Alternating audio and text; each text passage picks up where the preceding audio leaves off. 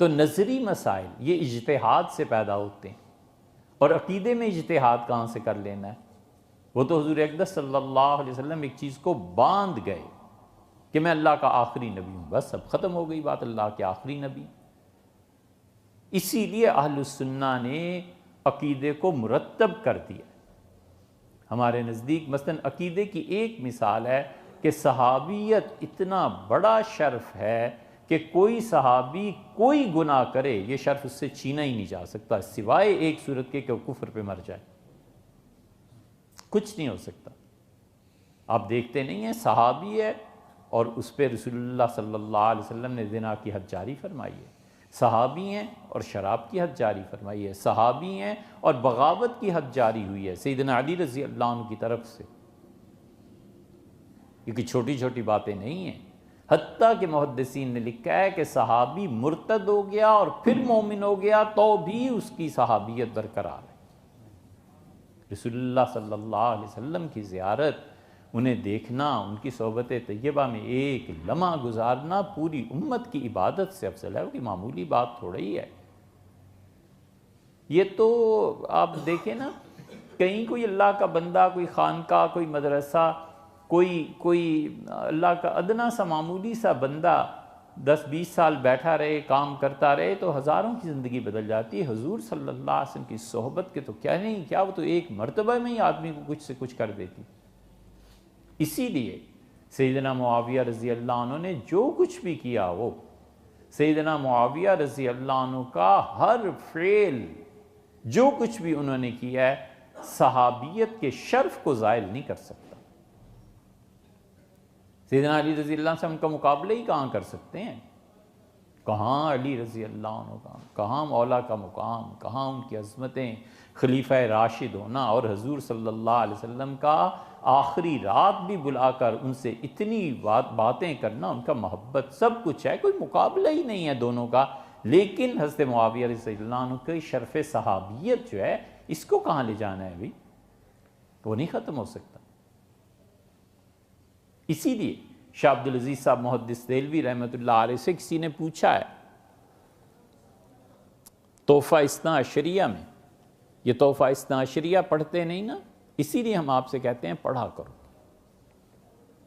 خود پڑھو بھی، اور اس علماء کی نگرانی میں بھی پڑھو، مطالعہ کیجئے، کم سے کم یار 1-2 گھنٹے روزانہ کچھ نہ کچھ مطالعہ کرتے رہنا چاہیے۔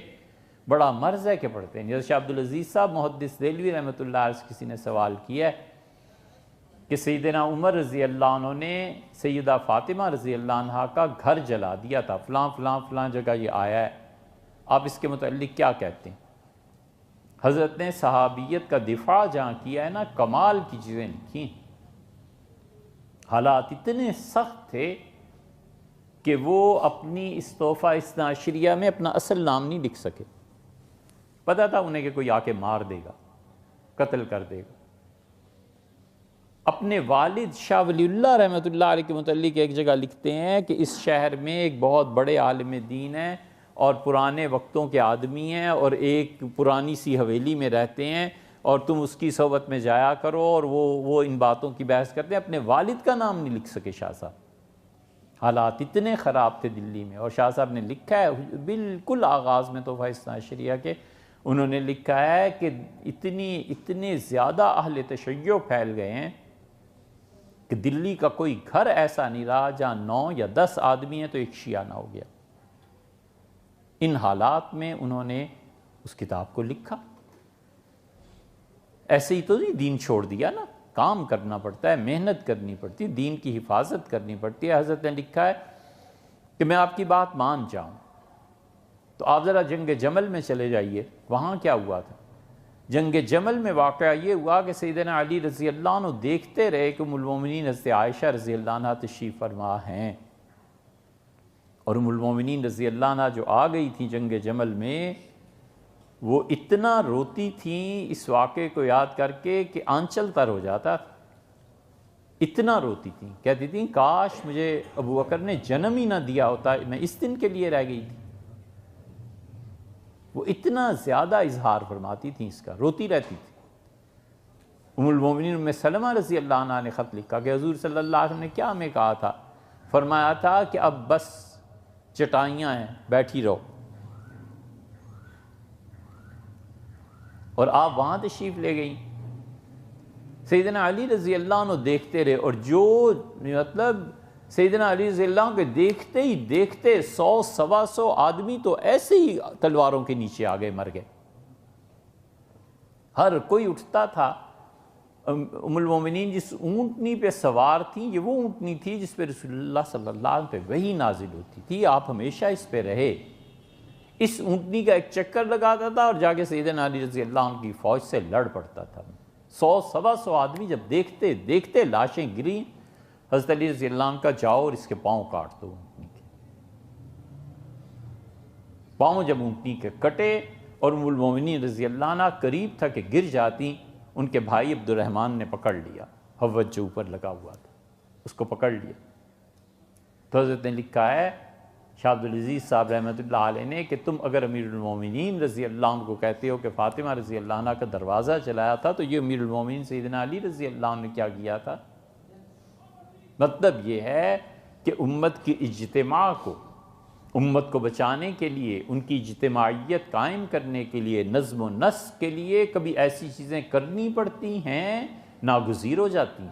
امت کو، خلافت کو مجتمع کرنا ہے، اکٹھا رکھنا ہے، یا یہ کہ لوگوں کی انفرادی اعمال کی وجہ سے امت کو برباد کر دینا ہے، توڑ دینا۔ حضرت عائشہ، حضرت علی، حضرت عمر رضی اللہ عنہ، ان کی صحابیت کو کوئی کہہ سکتا ہے کہ یہ کیا؟ ولیعذ باللہ۔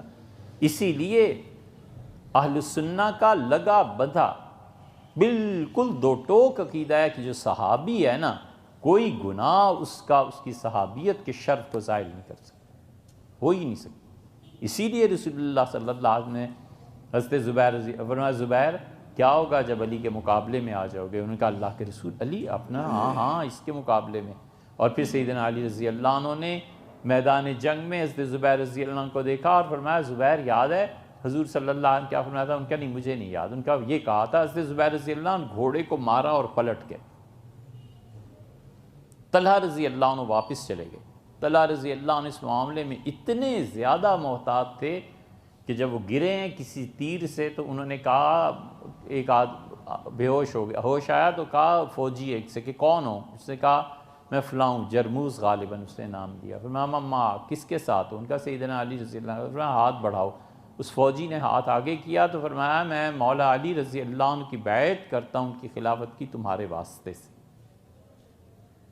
سیدنا علی رضی اللہ عنہ جب یہ سنا تو وہ خوشی سے جھومنے لگے اور کہا دیکھا اللہ نے انکار کر دیا کہ طلحہ کو جنت میں نہیں بھیجے گا جب تک میری خلافت کی بیعت نہیں ہوگی۔ یہ اجتماعی نظام ہے اسلام کا، سیاسی نظام ہے اسلام کا، ایسے بچوں کے ہاتھوں میں تھوڑی دے دینا ہے۔ اس لیے صحابیت اتنی بڑی چیز ہے، اتنی بڑی چیز ہے کہ کوئی شرط حتیٰ کہ کفر اسے زائل نہیں کر رہا، اگر وہ اسلام میں آ گیا ختم ہو گیا۔ طلحہ ہیں، طلحہ نے نبوت کا دعویٰ نہیں کر دیا تھا، پھر کیا ہوا؟ مرتد ہو گئے۔ میدان جنگ میں جب آئے خالد رضی اللہ عنہ کے سامنے تو حضرت بکر رضی اللہ عنہ فرمایا تھا کہ انہیں مار دینا۔ انہوں نے تلوار ماری طلحہ پہ، تو طلحہ رضی اللہ عنہ کے تلوار جو تھی اس نے بدن پہ تیل لگا رکھا تھا، سلپ کر گئی۔ ان کے قبیلے نے کہا اوفو ہمارا نبی تو ایسا ہے جس پہ تلواریں بھی اثر نہیں کرتی، بس اڑ گئی خبر۔ حضرت بکر رضی اللہ عنہ کا طلحہ کہیں مل جائے نبوت کے بعد دعویٰ زندہ جلا دو اسے، ختم ہو گئی بات، بھاگ گئے۔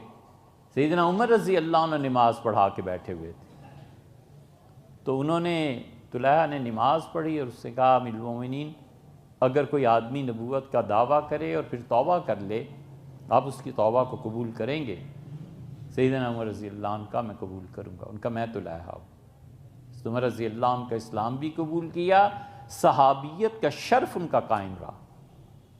اس سے زیادہ کیا مثالیں ہو سکتی؟